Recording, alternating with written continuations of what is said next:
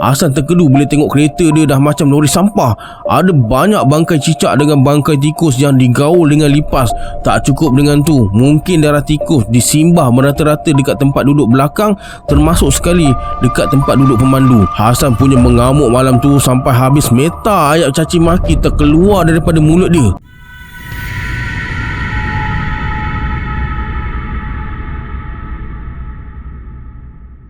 A'udzubillahiminasyaitonirrajim. Bismillahirrahmanirrahim. Assalamualaikum semua, kembali lagi bersama saya Syarul. Terima kasih sebab dah klik video ni. Semoga yang menonton video ni ditambahkan rezeki dan dipermudahkan urusan dunia dan akhirat. Alright, hari ni saya akan sambung cerita Kawan Aku Psycho part 3. Jangan lupa subscribe, like dan komen dalam video ni. Pada yang nak join grup Telegram saya letakkan link dekat bawah. Macam biasa, sebelum saya mulakan, jom kita baca selawat dulu. Sallallahu Rabbuna ala nuril mubin Ahmad al-Mustafa Sayyidil Mursalin. Sallallahu Rabbuna ala nuril mubin Ahmad al-Mustafa Sayyidil Mursalin. Sallallahu Rabbuna ala nuril mubin Ahmad al-Mustafa Sayyidil Mursalin. Tanpa buang masa lagi, jom let's jump to Rabak Serah.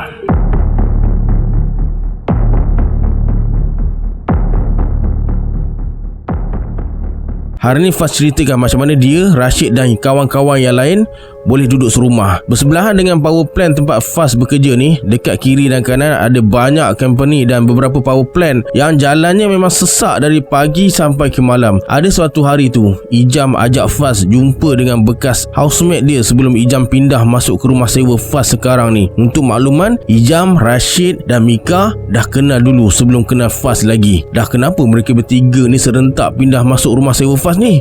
Inilah yang Faz nak ceritakan.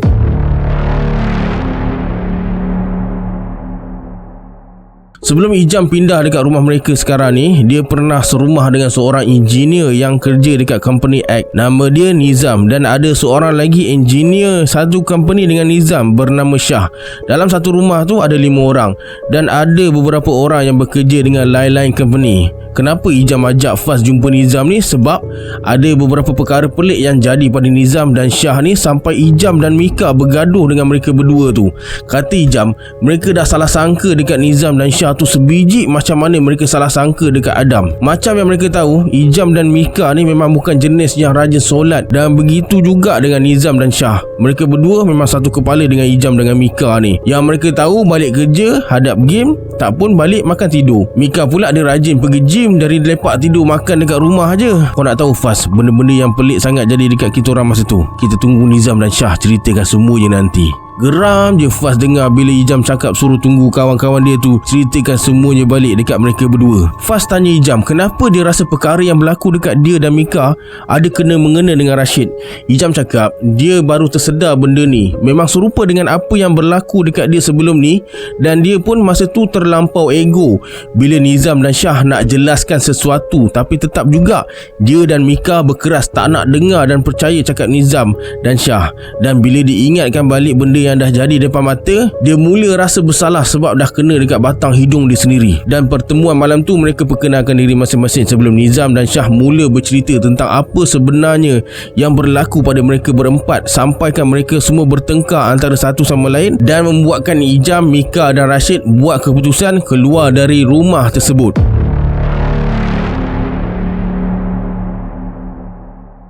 Rashid orangnya tinggi dari Nizam yang tinggi 172 cm. Kulit dia cerah dan ada pakej yang lengkap membuatkan para gadis terpikat walaupun dia kedekut dengan senyuman. Tapi ada suatu hal yang Nizam rasa tak okey pada Rashid lepas beberapa minggu serumah dengan dia. Satu pagi tu, Nizam terdengar suara lelaki menangis mendayu-dayu. Lebih seram rasanya dari dengar suara perempuan menangis. Jantung punyalah berdebar masa tu, jangan cakap lah. Padahal baru pukul 10 pagi. Hari Ahad pula tu. Abang dah jumpa dia, Laila. Abang dah jumpa. Nanti abang bawa dia jumpa Laila, ya? tersedu-sedu suara lelaki tu menangis. Nizam mulalah rasa tak seronok sebab dah dengar dia menangis dengan suara jantan dia tu dan dia bahasakan diri dia abang. Nak tahu punya pasal, Nizam berjalan perlahan ke arah suara tangisan tu. Tak takut manalah sebab pagi lagi kan. Tapi gila lah tak takut kalau dah dengar suara lelaki menangis. Kejap-kejap Nizam dengar macam ada orang simbah air guna gayung dekat bilik air. Dan dia dah boleh agak suara tu datangnya dari bilik air belakang. Nizam ingat suara tu dari luar pintu belakang dapur sebab pintu dapur belakang tu terbuka. Dia tak cam suara siapa yang menangis tu, jadi dia tak boleh agak siapa yang menangis sebenarnya. Bunga melon, bunga melati, jangan sampai aku buat kau mati. Tadi menangis, ni dia berpantun sambil menangis pula dengan ayat pantun yang makin buat jantung Nizam berdegup kencang bila dengar. Nizam dah bayangkan, aku ke yang dia maksudkan ni? Disebabkan rasa takut lagi tinggi daripada rasa ingin tahu, perlahan Nizam masuk bilik dia. Walaupun rasa ingin tahu tu masih membuat-buat lagi. Tengah hari tu, masa Nizam tengah baring layan lagu guna headphone, tiba-tiba Syah datang serbu dan terus berselimut dekat katil dia. Pundak dia nak kenapa? Apa benda yang dia takutkan sangat ni? Weh Syah, kau dah kenapa? Takut-takut je Nizam tegur Syah masa tu. Perasaan tak sedap hati mula terasa balik. Zam, Ijam dan Mika tak ada dekat rumah tau. Kereta diorang tak ada. Kereta kita bertiga je yang ada. Aku, Syah, Rashid dekat dalam bilik air belakang tu. Dengan suara perlahan dan tergagap-gagap, Syah nak habiskan satu persatu ayat dia tu. Bila Nizam dengar Syah cakap macam tu, Nizam boleh agak. Syah pun dengar apa yang dia dengar pagi tadi. Tapi kenapa takut dia lain macam sangat? Apa yang kau syak sebenarnya ni? Apa yang kau nampak? Kau ada dengar suara orang dan bunyi simbah-simbah air ke dekat bilik air tu?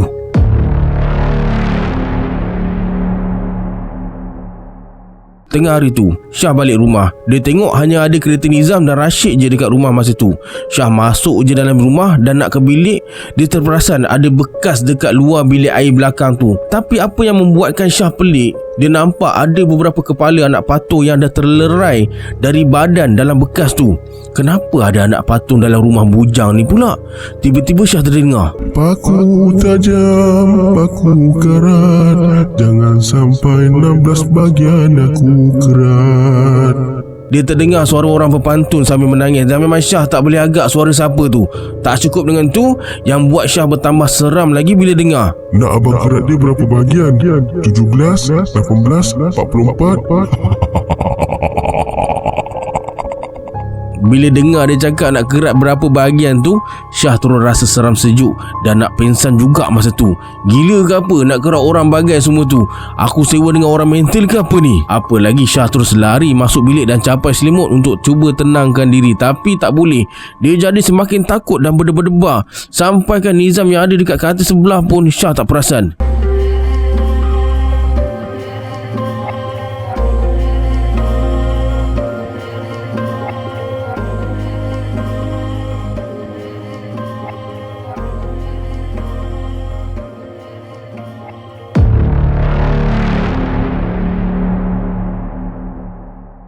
Aku ajak dia pindah sini, kau okey ke Faz?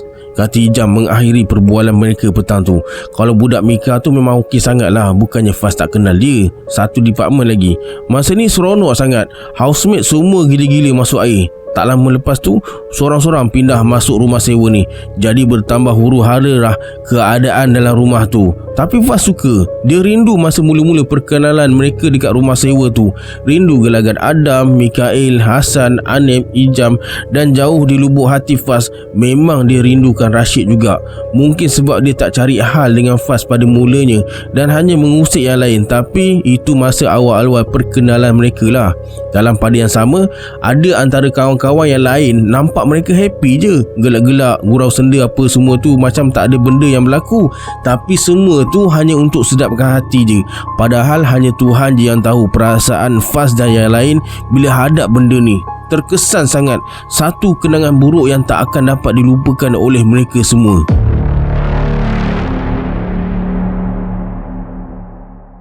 Dekat mana dia dan apa agaknya yang dia buat sekarang dalam hidup dia? Faz dan kawan-kawan pernah berjanji tak akan masuk campur hal Rashid walaupun ambil tahu pasal Rashid pada family dia. Tapi ada benda yang membuatkan mereka terpaksa langgar janji itu semua dan terpaksa gunakan sumber terdekat dan boleh dipercayai untuk jumpa dengan keluarga si Rashid ni. Lepas Rashid keluar dari rumah sewa tu, Faz dan yang lain dah rasa tak seronok, malah terlebih berjaga-jaga dengan keadaan sekeliling dan nasib diri masing-masing. Orang psycho ni jangan dibuat musuh. Kata-kata keramat ni memang betul menusuk dalam otak Faz. Memang mereka semua dalam keadaan berjaga-jaga, tak kira ke mana saja mereka semua pergi. Laila tu takat tu je ke kau kenal dia, Mika? Tanya Ijam pada Mika. Mika acuh tak acuh je dengan pertanyaan Ijam tu. Masing-masing yang ada dekat situ tunggu je jawapan daripada Mika. Ya, takat tu je lah. Mana ada hina dia ke apa? Aku tak sampai tahap macam tu lagi. Perempuan kot, takkanlah aku nak hina dia. Mika kalau dia cakap satu, maka satu tu je lah maksudnya. Dia takkan nak tokok tambah atau menipu. Jadi pendapat mereka semua memang ada yang tak kena antara Rashid, Mika dan Laila ni. Jadi mereka pun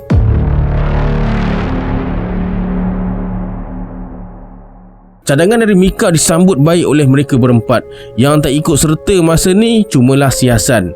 Mika nak tahu sangat siapa Rashid tu yang sebenar-benarnya. Jadi mereka pun setuju nak ke kampung halaman si Rashid ni. Setelah beberapa jam merentas jalan dan bertukar giliran memandu, mereka berempat pun selamat sampai ke Penang, kampung halaman si Rashid. Masa ni Faz rasa macam dah dekat sangat dia dengan si Rashid tu. Mata asyik melilau. Kok ternampak kelibat si Rashid ke? Punyalah seram sejuk masa tu. Dipendekkan cerita, setelah bersusah payah cari alamat rumah mak ayah si Rashid ni, akhirnya, Assalamualaikum, tumpah tanya pakcik, ini rumahnya Haji Talib ke? Seorang lelaki tua dalam lingkungan 60 tahun sambut kedatangan mereka berempat. Dia perkenalkan diri sebagai Pakcik Osman. Haji Talib tadi pakcik nampak sejam lepas dia keluar. Ada pun dekat rumah tu isteri dan anak perempuan dia je. Jawapan yang Pakcik Osman bagi tu sangat membantu mereka masa tu. Sementara nak tunggu Haji Talib balik, mereka berempat cadang nak lepak dekat warung berdekatan. Tak susah pun nak cari warung dekat situ sebab kawasan rumah yang mereka pergi ni betul-betul dalam kawasan kampung. Cantik dan banyak kemudahan dekat situ. Kau rasa betul ke apa yang kita buat ni? Bukan apa pun, cuma nak tahu pasal dia. Korang takkan tak nak tahu pasal sejarah hidup dia? Dibuatnya mak ayah dia pun sebiji macam dia macam mana? Aku risau dah ni. Buatnya dia jemput kita dalam rumah, lepas tu bila tahu yang kita ada kena-mengena dengan anak dia, lagi-lagi kau Mika, mana tahu buatnya mak ayah dia aim kau letak racun dalam minuman kau. Aduh, aku tak dapat nak bayangkan lah. Tenang Jam, kita datang nak siasat hal sebenar pasal Rashid tu. Kita kena lebih berhati-hati dengan dia lepas ni. Mana tahu kod mak ayah dia boleh bantu kita. Mesti dia orang tahu Rashid tu macam mana. Benda ni semua untuk keselamatan diri kita juga. Kau tak ingat ke apa Rashid pesan dekat kita semua? Kau tak rasa sesuatu ke?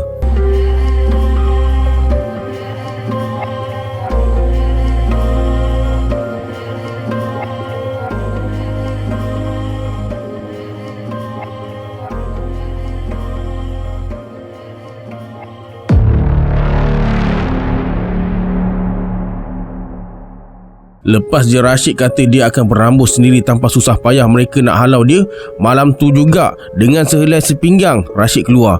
Mereka memang dah tahu dan siap sedia. Bila-bila masa je Rashid akan datang balik nak angkut segala barang-barang dia. Dan ternyata memang betul-betul dia datang. Ada satu malam tu, masa tu Faz tengah lepak layan radio dekat TV di ruang tamu sorang-sorang. Si Anik pula tengah shock test vokal dia dalam bilik air. Biasanya waktu malam, pintu utama rumah Faz renggangkan sikit, kononnya nak bagi angin dari luar masuk lah. Sofa yang Faz duduk ni pula betul-betul menghadap ke luar pintu utama ni.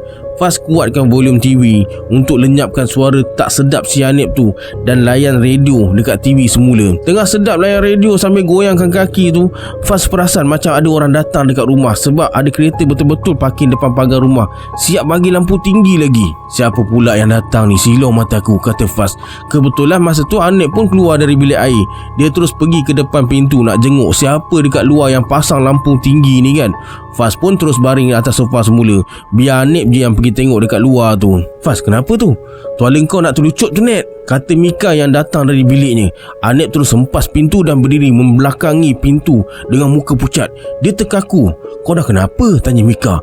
Anip masih terkaku lagi. Nampak muka dia macam tak percaya apa yang dia tengok tadi. Lah, kau ni kenapa tepi? Bila Mika cuba nak buka pintu nak tengok benda apa dekat luar, Anip tepis dan tahan Mika dari buka pintu tu. Faz pun macam pelik lah dengan si Anip ni. Mula-mula Faz ingatkan Anip nampak pocong dekat luar.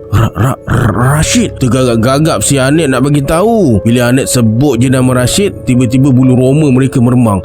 Aura dia tu tak dapat nak dibayangkan.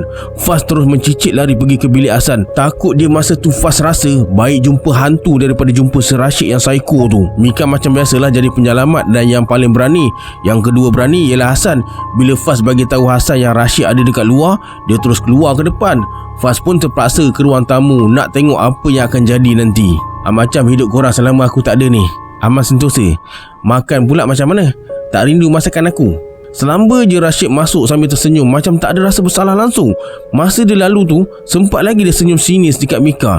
Mika dah genggam penumbuk dah. Dengan jaket kulit hitamnya, dengan sangat kurang ajarnya dan dengan sengaja masuk rumah pakai boot dia. Firaun punya Rashid. Anip bisik ke telinga Faz. Tak ada seorang pun yang nak tegur atau balas apa yang Rashid cakap tadi. Masing-masing berkumpul dekat ruang tamu. Perhati je Rashid punggah segala barang dia, keluar masuk bilik 4-5 kali. Okey, aku dah bereskan semua. Satu kenangan dari aku pun aku tak tinggalkan. Ingatkan ustaz kesayangan korang tu. Jangan berlagak pandai semua benda dia tahu. Jaga diri dia dulu sebelum sibuk nak jaga orang lain yang tak ada kena-mengena dengan diri dia. Korang ingat bukan ni je aku mampu buat tau. Sambil tu sempat Rashid tenung muka sorang-sorang sebelum dia keluar bawa segala barang dia tu.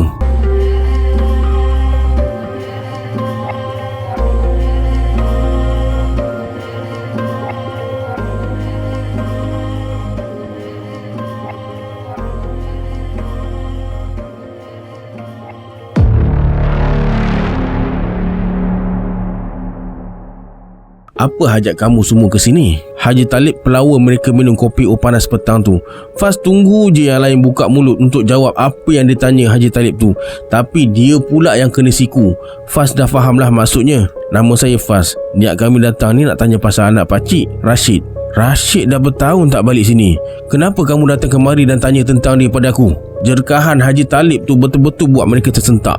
Hajah Halimah, isteri Haji Talib yang berada dekat situ, datang untuk tenangkan Haji Talib. Nampak mata Haji Halimah tu berair. Faz dah jadi serba salah pula. Tak lama lepas tu Haji Talib tanya, bila kali terakhir kamu jumpa Rashid?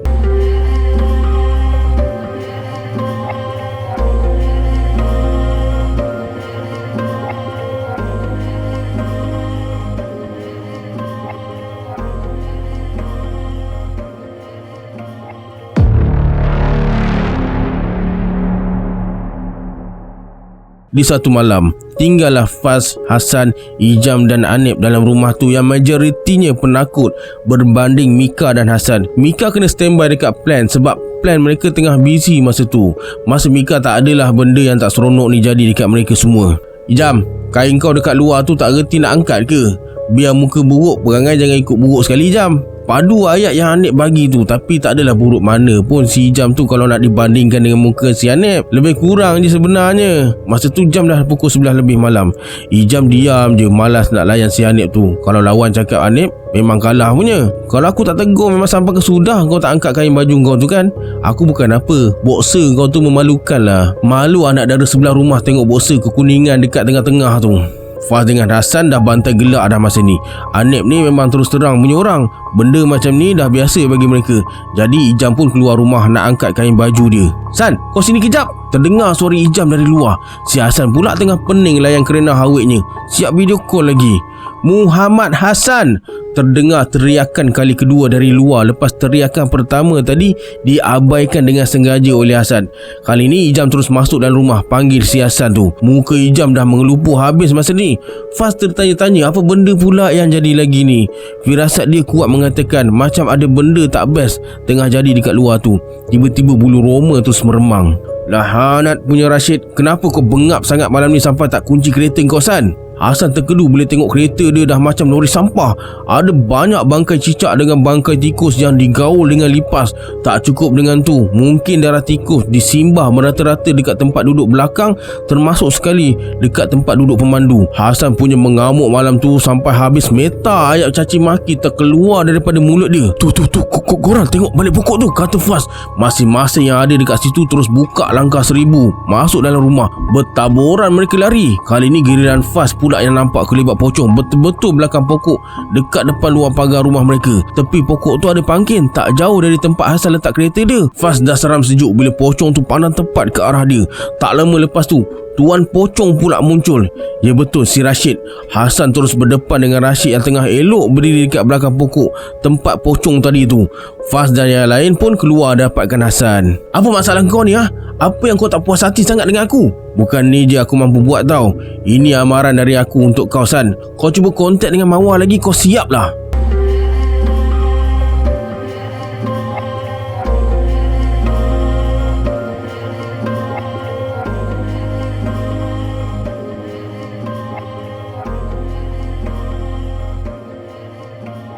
Siapa pula Mawar tu, San? Anip tanya soalan bagi pihak kawan-kawan yang tertanya-tanya sebab utama Rashid serang Hasan. Masa ni Mika dah balik rumah. Memang dia terkejut tengok keadaan kereta Hasan masa tu. Jahanam betul. Lepas satu-satu hal dia buat. Apa benda lagi lepas ni dia nak jahanam kan? Dekat pukul 4 pagi jugalah mereka tak tidur dengar cerita daripada Hasan. Lepas Rashid sound Hasan, dengan muka selamba Rashid pergi macam tu je dan hilang dalam kegelapan malam. Mereka tak tahu dekat mana si Rashid tu parking kereta dia. Hasan dah rasa nak tumbuk je si Rashid tu, tapi bila dengar Rashid sebut nama Mawar, Hasan terus jadi terkaku tiba-tiba. Jadi dia pun hanya biarkan si Rashid tu pergi macam tu je. Awek kau bukan Lisa ke? Kau ada berapa awek ni? Mawar ni yang keberapa? Kata Hasan, Lisa tu memang girlfriend dia. Mawar tu sepupu Rashid. Last dia kontak Mawar dekat Facebook. Itu pun dah lama. Takkanlah Mawar bagi tahu pasal Hasan dekat Rashid kot. Si Mawar tu budak intern dekat departmen Hasan dulu. Rashid bagi amaran dekat Hasan mungkin sebab Hasan ada tanya Mawar pasal Rashid, orangnya macam mana sebenarnya. Lepas tu Hasan ada tanya Mawar, dia kenal ke budak nama Laila? Mawar macam tak tahu apa-apa pun pasal Rashid, tapi dia tahu pasal Laila. Mawar tanya Hasan balik, kenapa tanya pasal Rashid dan Laila? Lepas tu dia tanya, macam mana boleh kenal dengan Laila? Tapi Hasan dah pesan dekat Mawar, jangan cakap dekat Rashid yang dia tanya pasal ni. Mawar macam okey je masa tu, simpan rasa. Tutup hari ni pula jadi macam ni.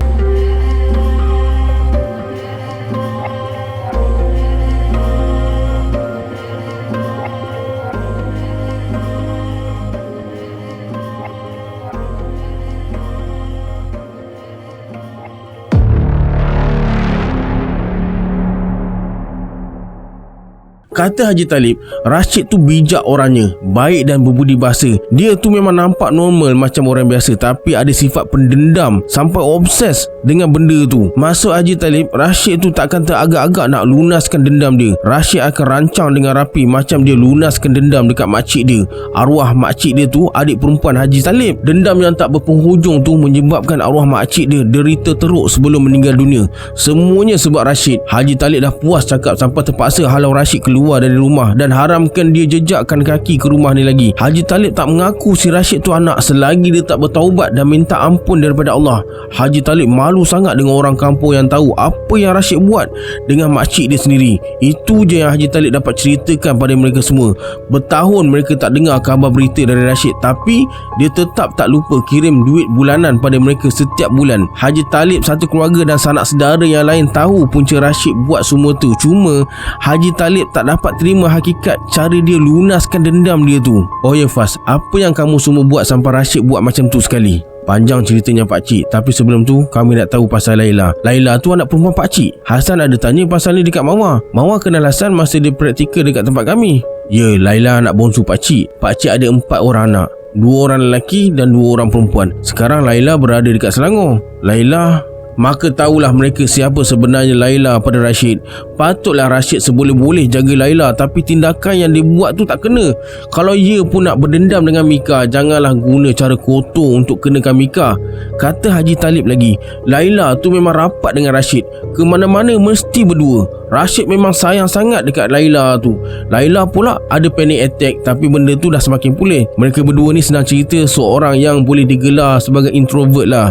Takut dan malu untuk berada dalam kumpulan. Lebih-lebih lagi si Laila tu. Sebenarnya Haji Talib sedih nak ceritakan tentang ni. Laila tu selalu didera emosi dan mental oleh arwah makcik dia sejak remaja lagi. Keyakinannya runtuh. Ini semua salah mereka sebab Haji Talib masa tu terlalu sibuk kerja hingga abaikan Laila yang ketika itu berada dalam jagaan arwah makciknya. Laila alami depresi yang sangat teruk hingga ke universiti dan dia selalu ditemui cuba bunuh diri. Tapi syukur ada yang sempat selamatkan dia. Okey, sampai sini kisah untuk hari ni. Saya tahu sahabat semua mesti rasa macam tergantung je cerita ni kan. Itulah yang saya rasa bila baca cerita ni. Tapi nak buat macam mana? Dah sampai sini penulis ceritakan, malah dia ambil masa 2 tahun untuk habiskan cerita ni. Sebab lepas tulis part kedua tu, penulis kemalangan. Jadi saya harap janganlah kecam saya ya. Sebelum kita berpisah, anggaplah kisah ni sebagai hiburan semata-mata. Janganlah terlalu mudah percaya. Hanya yang mengalaminya tahu akan kebenaran sesuatu kisah tu. Kita berjumpa di video akan datang. Saya Syarul. Assalamualaikum. Adios.